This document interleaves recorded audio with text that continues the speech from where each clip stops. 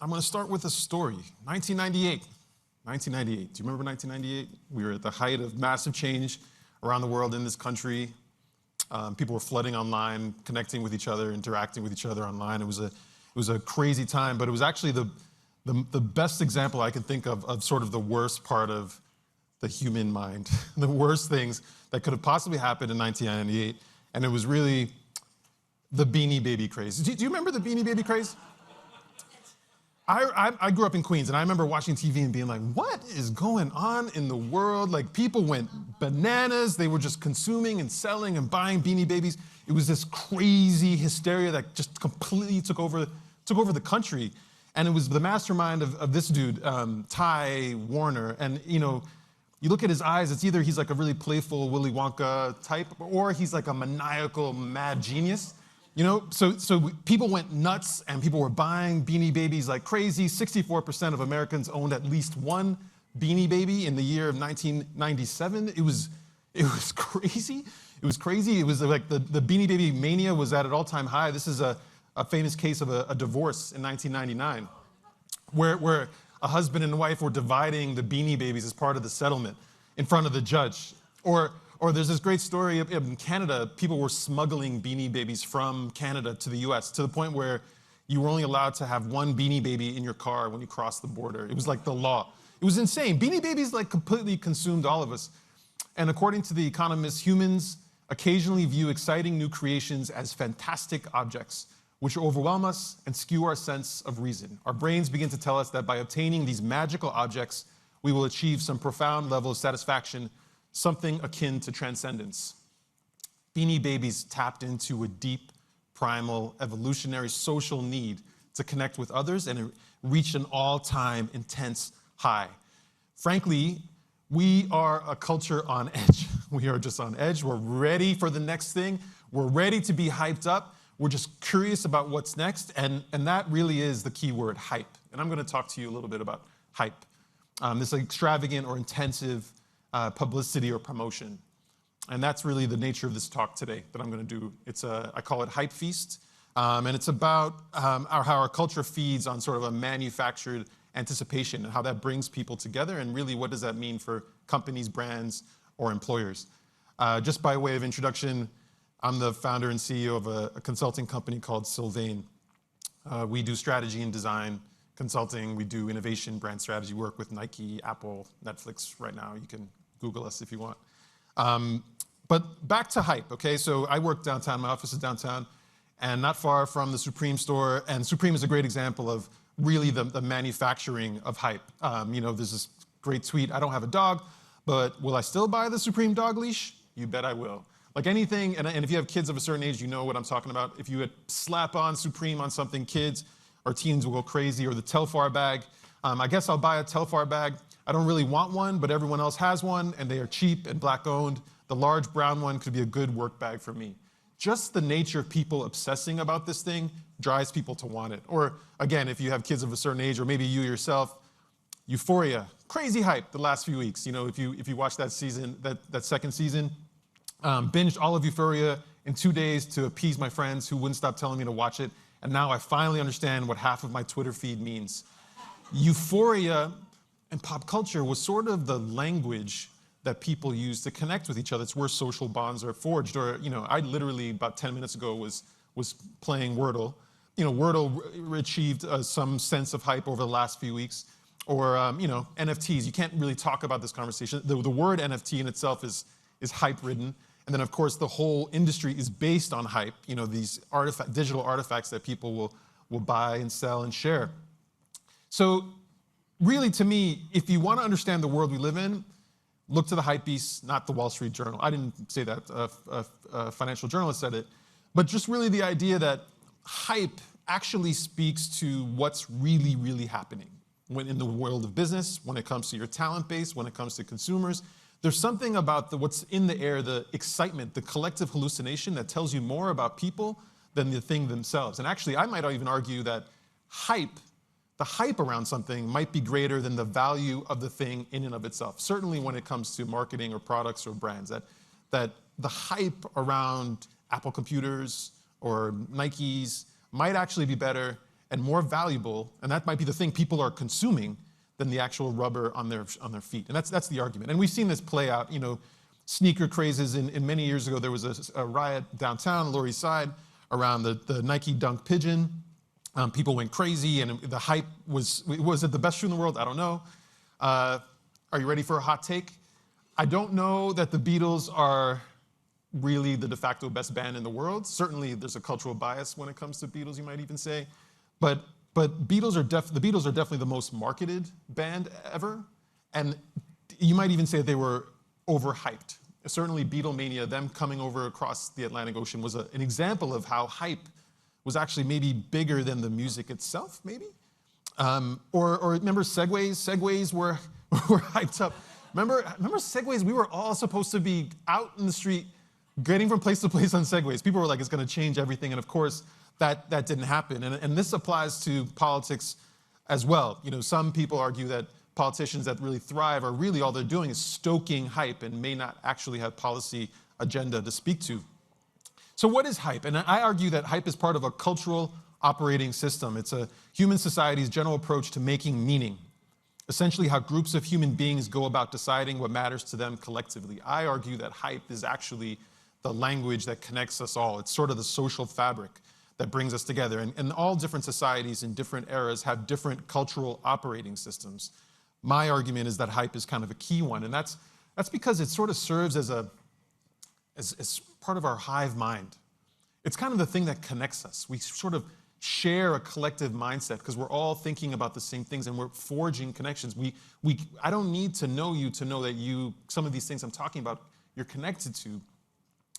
And it's actually biological. It's actually neurological, I could say. There's a dopamine surge when we get something new, when we see something new, like our heart rate increases, blood pressure increases, our pupils increase. It's all biological when we get something new, and it's actually called neophilia, when you're addicted to the novelty and the desire for new experiences. You're just excited. We want it. We are wired for new things. We are wired to be hit with that surge of something new. And you might even argue it's evolutionary. Maybe that's what kept our species alive as long as it has.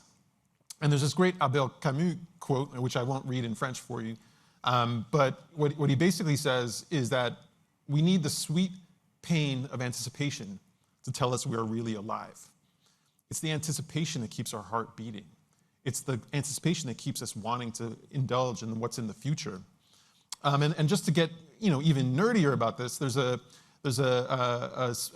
anthropologist, Andrew Odlyzko, I think is how you pronounce it, who said, and he said this a long time ago, markets can be strikingly inefficient, and investors and the general public can fall subject to collective hallucinations that hold them in their thrall for several years until they suffer a hard collision with reality. Hype is part of this kind of collective hallucination. And that's what I think is really going on with Beanie Babies. And if you get really smart about it and you study how this happened in the late 90s, it's actually the brainchild of a small group of Chicago suburban moms who really believed in the value of these things. And they believed if you resold them, it was like a smart investment. And that hype among that small group grew and grew and grew. And Beanie Babies became like this investing thing that you had to tap into if you really wanted to succeed. And it was this bizarre thing where their hype kind of fueled it. And you might argue that's going on right now with crypto. My father-in-law, last weekend, he was like, what is this crypto thing? Should I get down with it? It is this kind of curiosity that feeds and sort of grows on itself. Now, when it comes to Beanie Babies, none of these collectors ever realized that the only thing driving the Beanie Babies market was their own conviction that the toys were valuable. The ineffable appeal of Beanie Babies turned them, and not one of 1,000 other 1990s trends, into a collective mania. It was the people that assigned the value on these dolls. And in 1998, they were running as expensive as $1,000. Today, you can buy one on eBay for a couple bucks. Like, what does that say? What does that say in thinking about that? And what does it mean, like, after the fact, when we sort of experience this? Let me go back one. Yeah. Well, I'll tell you what I think. So we're looking to new forms of forging connections. And if you look at how society has come together over the past couple of decades, those institutions are starting to disappear. People used to go to religious institutions to feel a sense of kinship. Participation in religious institutions is declining. Participation in sort of PTAs, declining over time, where people used to forge connections and forge a sense of society, declining. You can look at a number of data. Freemasons, there are all sorts of data showing how groups that used to bring people together to feel a sense of identity, collective identity, is decreasing. And at the same time, social media is shooting through the roof. Yet 71% of heavy social media users report feelings of loneliness. So people are going away from the traditional institutions of social bonds, and they're increasing their use of social media, yet they feel lonely. And that's what I consider sort of the lonely paradox. And that's where hype comes in. Hype is filling this lonely paradox. It's helping us connect to others. It's helping us forge the connection that we're not getting in social media, that we've missed from traditional social institutions. And you know what? Brands see this. Brands see this as an opportunity. Brands see that we are desperately looking for connections and a language to connect with each other. And they see this as an opportunity, and that's why they're manufacturing hype. Like, what is Nike making? What is Supreme making? What business are they in? What's on the manufacturing line? To me, above all, it's a sense of hype. So new ideas no longer fuel economic growth the way they once did. Brands are looking and companies are looking to manufacture hype because new technologies are far-flung and far hard to find. Actually, if you look at this chart, this is the Great Stagnation Curve. There have only been one or two massive inventions in the last 50 years, the internet, microprocessors being two of those. Prior to that, you had automotive, you had the radio, you had the printing press. So much invention occurred between 1800 to the mid-20th century that in a way companies need new value to provide people because there isn't anything truly new. And all you have to do is look at and think about all the nostalgia that's going on in culture to see what I mean. 4.4 million new businesses were created in the US in 2020. There's a new sense of competition on top of this. So companies are not only not able to promote new technologies, they're more competitive. They're more competitive threats than ever before. 72% of consumers will switch brands after one bad experience. Consumers don't care anymore either. Not only is it more competitive, not only do you don't have a differentiated product, but consumers themselves have a fleeting interest. 77% of global everyday brands could simply disappear and consumers wouldn't care. There isn't a real sense of loyalty to brands or employers for that matter. So brands themselves are sort of drowning in this hype. And they're looking for relevance. And they don't know what to do. They're hyping themselves up. They don't have real value. People are not really willing to buy into it. And it's kind of diluting the value of those brands. It's kind of taking away what really makes them special. 34% of consumers have trust in brands today. Only 34%. So there's a complete absence of trust in brands. And hype is only making it worse. And brands are kind of making that happen. So it's one thing to remember. Brands market. Consumers hype. It's not the role of a brand to create hype, to sustain itself. It's consumers that actually will take it upon themselves and assert some sense of agency and determine what is worthy of hype. I think this, as I'm thinking about the agenda of today, I think this also applies. Employers market. It's the team that actually builds a sense of loyalty and connection with each other that can be manifested through a sense of hype. And just going back to Beanie Babies, and maybe I'm a little obsessed with Beanie Babies and maybe I have nightmares about Beanie Babies. But just think about Beanie Babies versus another toy, Lego, right? So Lego, to me, is a great example of a company and brand that stayed loyal to what they do and didn't manufacture hype. And as a result, they actually stoked a natural hype in consumers that actually helped it sustain itself. So to me, they did three things. And I'm going to go through the three things right now that I think makes Lego a better example of hype and how to use hype, how to think about hype than Beanie Babies. The first is worship consistency. They are completely unapologetic to really staying loyal to who they are. And actually, it's pretty remarkable that you can pick up a box of Legos from the 70s and it completely snaps with a box of Legos from 2022. There's literally no product experience in the world. Think about it. where literally you can use something that you used 50 years ago and it's equally as enjoyable, equally as valuable as it is in 2022. There was like a complete sense of consistency that made that valuable. The fact that you can take Lego bricks from 30 years ago and they still snap together with the same new Lego brick that comes out, I mean, what type of product can span generations like that? There's something really special to it. Their consistency also shows up in how they market themselves and how they talk to their company and their team. And it's pretty remarkable. The advertising is more or less the same. They know who they are, and they keep beating the drum of who Lego is. Second thing that they do that I think is pretty cool is that they create space. They sort of know their place, and they give consumers a space to convene and really connect with each other on their own terms. And they do that really well digitally, where they have the Lego community, they have this idea shop where people can post their own inventions and ways that they work with Lego, and they connect with each other, they advise each other. And it's not something that's run by Lego, it's something that's it's housed at Lego, it's hosted by Lego. And to the point where you have so many Lego identities, you have master builders and artists and all sorts of different people that kind of connect with each other. This is a piece that was found in a sculpture garden.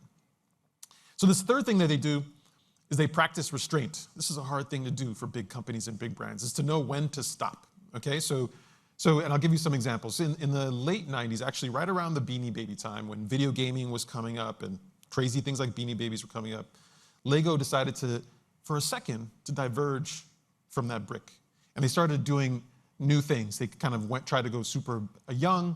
They were playing in the doll space, and actually, Lego had a little bit of a crisis of identity during that time, and their revenue actually dipped a little bit. And they kind of returned to their core, and they made things and didn't change them, and created a credible sense of hype around these really passion points. And the Millennium Falcon is a great example. So in 2007, you would buy it for $500. Today, it's a collector's item. They don't recreate it. There's this real sense of loyalty that makes Lego special, and that's the reason their revenue has grown year over year over year. It's the largest toy company in the world, most valuable.